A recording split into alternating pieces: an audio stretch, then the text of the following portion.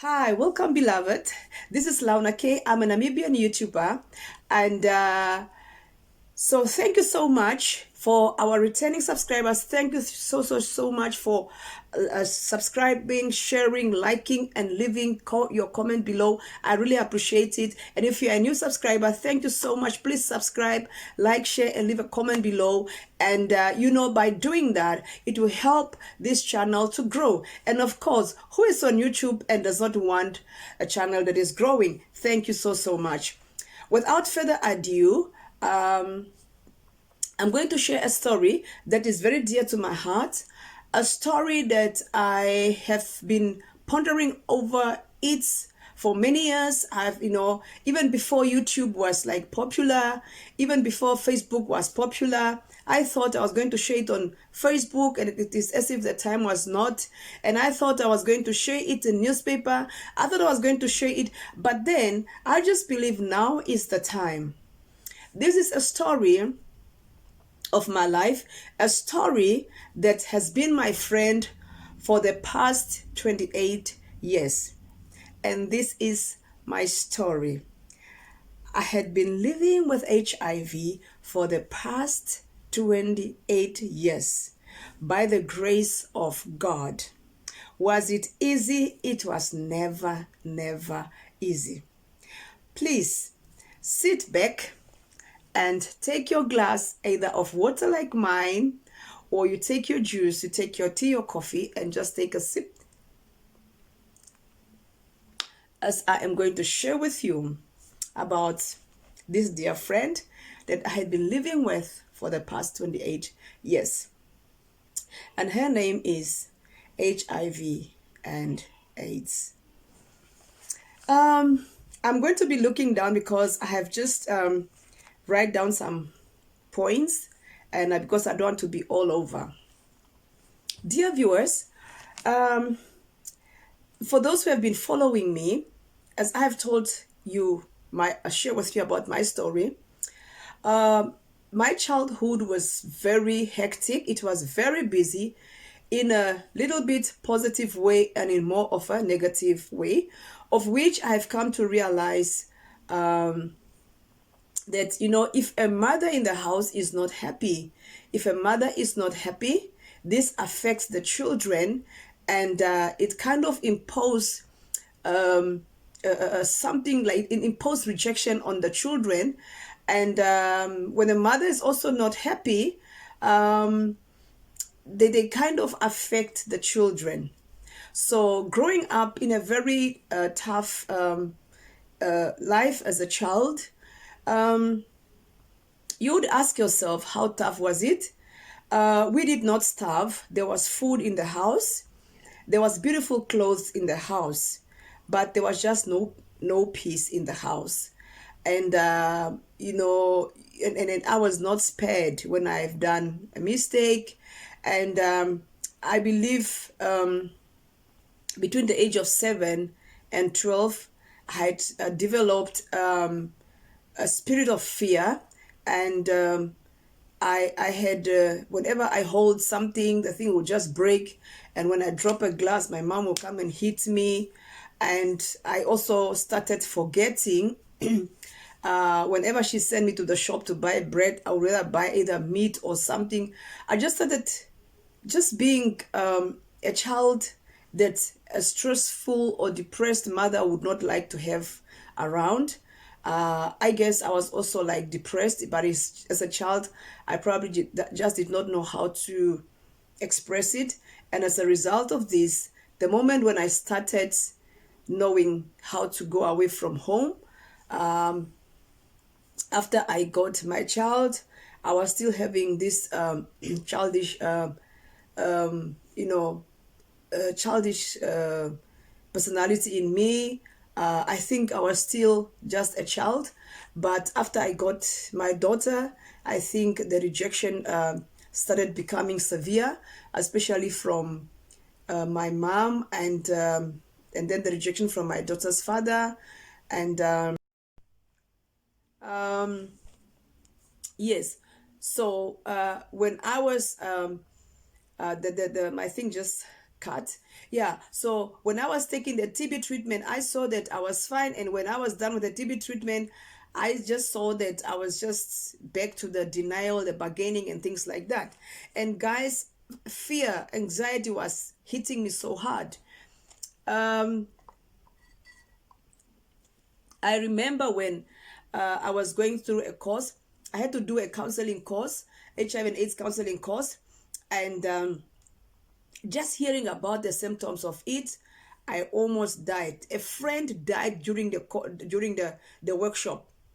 That is how many people did not die of the symptoms. They died of shock. They died of fear. I'm telling you, this virus is not nobody's good friend. So the stigma, as I told you, that yeah, it was hitting very hard. It was hitting very, very hard. Okay. The stigma came from, as I told you, I was stigmatized by my siblings. Not much about my family. I think even if they were saying it, they were saying it behind. But the advantage of the stigma was that they actually helped me to spread it myself, because what was the use of keeping it? And this has also helped me that I think my fear was taking the medication, but talking about it, I was really not that yeah, I was a bit open about it.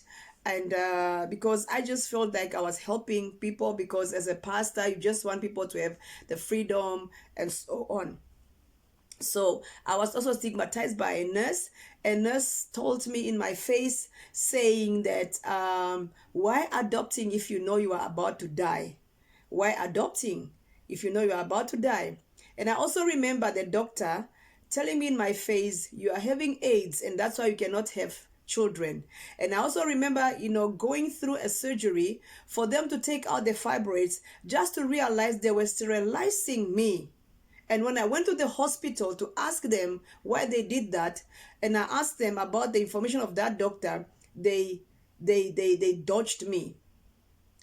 And I also remember when the doctor was working on me, when I got admitted, he told me that you better prepare your things, because we don't see that you can really make it for the next year. And that was now 2002. He was giving me 6 months. That was 2002.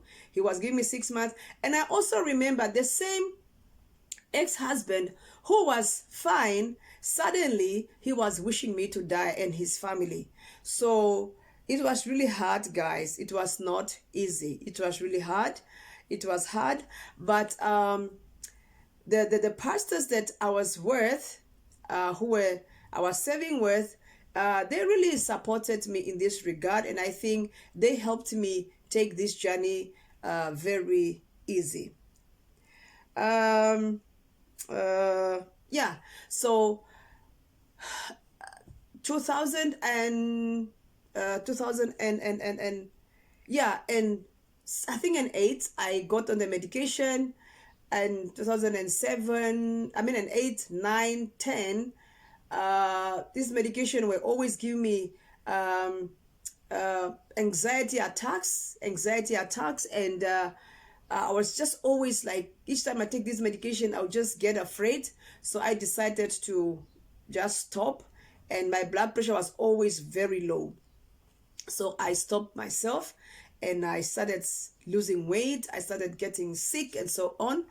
And the grace of God kept me. I remember traveling from Namibia to another country to see a prophet, just to get away from this HIV and AIDS of a thing.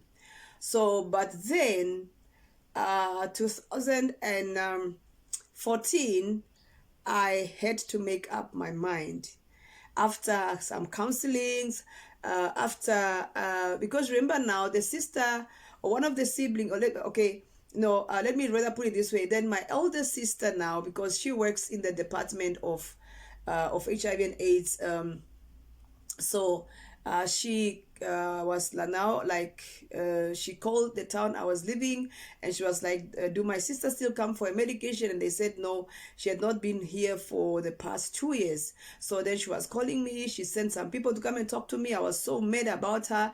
I guess I was, in a way, I was like, why do you care? You were the people that were, announcing my HIV many years back, and now, but I understood that she changed, and she cared, and she now understand and what HIV is and so on.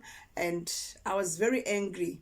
So then I finally decided, okay, let me give it a chance. So after many counselings, and this time around, really, really, it was just not, God's time.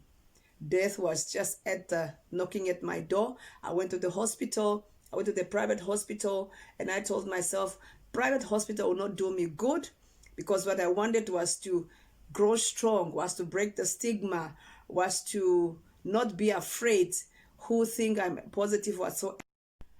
Yeah, I ran out of space, so I had to go back and clear. I can't really remember where I was, but yeah, 2014, I started getting very sick. My blood pressure was very, very, very low, was very low. And I remember I got a job at the school, but I couldn't stand. I could not stand for long. My balance was not well. I started having ear pain. Excuse me. Yeah, I was just not I was not myself. So that is how I met a doctor, Dr. Margaret. Sorry. I met Dr. Margaret, and he was counseling me. I mean, she counseled me. And as I want to remind you again that if you are living with a who is HIV positive, try to help them to always stay in a calm place. Yes, we know this is Earth and there's a lot of things going on, but people living with HIV and AIDS, they really don't. I don't know, but this is a psychological thing that just come with with that, their immune is probably too vulnerable and so on.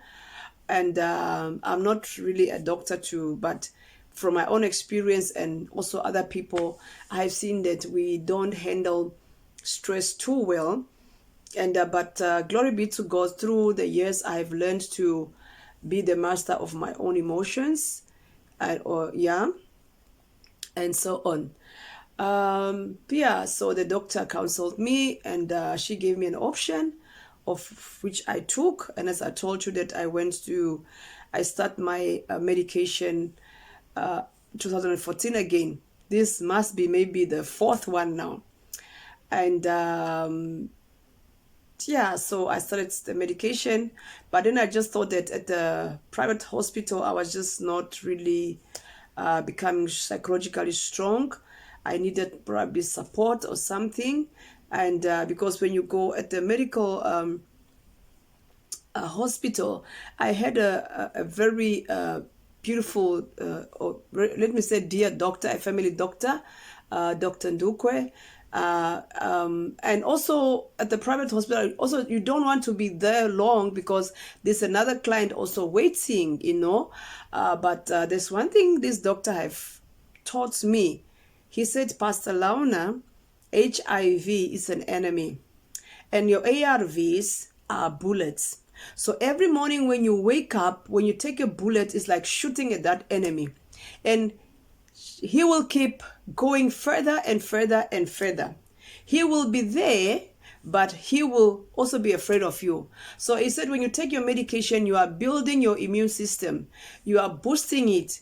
And there will come a time when this virus will just, be undetected. Oh my goodness. That was 2014. And only in 2018, then, the virus was suppressed. But then I just saw that at the private hospital, as much as the service was beautiful, and I just felt a little bit isolated. So that is how somebody advised me and said, why don't you go to the state hospital? So I told my doctor that you might not be seeing me here, but it doesn't mean that I have relapsed again. It means that I have just moved over to the state, and also it was also cheaper at the state because it was the same medication, probably different suppliers, but then it is cheaper. You just pay maybe a 25 Namibian dollars, which is maybe in the US probably it might be maybe a $2 maybe, or something like that. But at the private hospital, you had to pay every time you go. You pay a consultation fee of maybe 300 and something, and you have to also pay for the medication. And in 6 months time, after 6 months you have to pay yourself. It was quite costly. So that's how I went to the state hospital. And also state hospital, there was a lot of people, so we could team up, we could discuss, and you meet friends and so on. But here is one of the warning again. So when I went back this time around, I did also not say that I was on the medication. So I had an experience where they put me on the line that almost killed me. So then this woman, the hero in our country who came out first and speak about her HIV status, I called her and she said, go to the hospital, do me a favor, go to the hospital and tell them you are on the treatment already. So when I went there, that is how I survived up to this day. I told them, doctor, I'm sorry, I was in denial, sorry for lying, I was on the medication already. That's how they changed my line and put me on the line that has suits me, and up to date, I was just fine. So going to the public hospital was really beautiful. You meet the high class, the low, and the middle, but the experience is when you can't see your friend anymore, just to realize that they died or they are not doing well. It was quite an emotion, guys. It was really a journey, but yes, I really love it because it has made me, it has built me up, it has strengthened me, and it has humbled me. I was never, imagine as a pastor, many pastors, they don't want to sit in a crowd where people are HIV positive, where people are poor, people are sick. They rather want to be associated with a church perfect picture, because in the church you are not supposed to be positive, you are not supposed to be sick, you are not supposed to be poor, and so on. But my story is different. So guys, so yeah, and I told myself this time around, no pastor, no prophet, no angel, nobody will come and convince me that you will get healed. And from there, I started reading books. I started listening to people like Griselda Kananda and so on. And I started to understand, and I came out with my own motto and saying that HIV does not live in my spirit nor in my soul, but it lives in my body. So therefore, I have to feed my body with the ARVs. I have to eat well. I have to think positive. And also with that, I've also come to learn that, the moment you are told you are HIV positive, it is actually not the end, but it is now the beginning. It is now the time that you have to work so harder to leave a legacy. You have to look after yourself so well. You have to eat well. You have to have protected sex, married or not married. You have to take care of your hygiene, and you have to actually start to live. And also, it is so safe, for those who know their status than for those who don't know their status. So I've been taking my medication since 2014, and then 2018, I was, tested undetected, and whereby many people take longer than anticipated. What is the secret? The secret is the grace of God, living positive. And whenever I take my medication, I take them and I say, my body, may you adhere to this medication. May you not reject this medication. And Father, I thank you for long life. And only now I have come to realize that my life is actually a borrowed life, and I don't need to take advantage of me being here on earth. So what else can I say?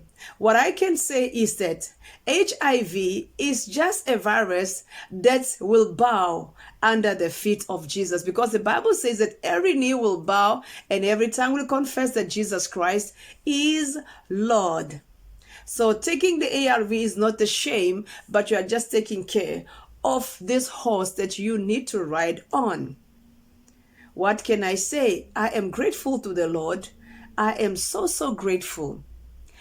Now you are asking me about my husband.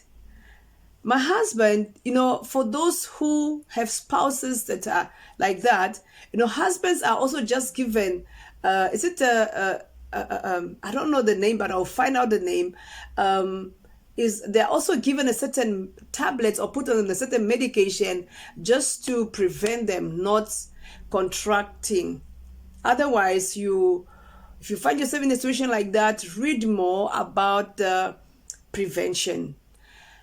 Yeah, what happened to the stigma? I am now strong, and I just don't care who ever speak, because we all have our different issues. This video is very long, and I think I'm going to cut it. Otherwise, beloved, thank you so much. This was my story. I am now living with HIV for the past 28 years by the grace of God. As Apostle Paul said to the Lord 3 times, remove the flesh, the thorn from the flesh. And the Lord says, my grace is enough for you. You don't need to pray the HIV away, but you need to acknowledge the grace of God, and you need to start to live. The Lord bless you. Thank you for watching. Don't forget to subscribe, share, like, and leave a comment below. Until next time, bye-bye.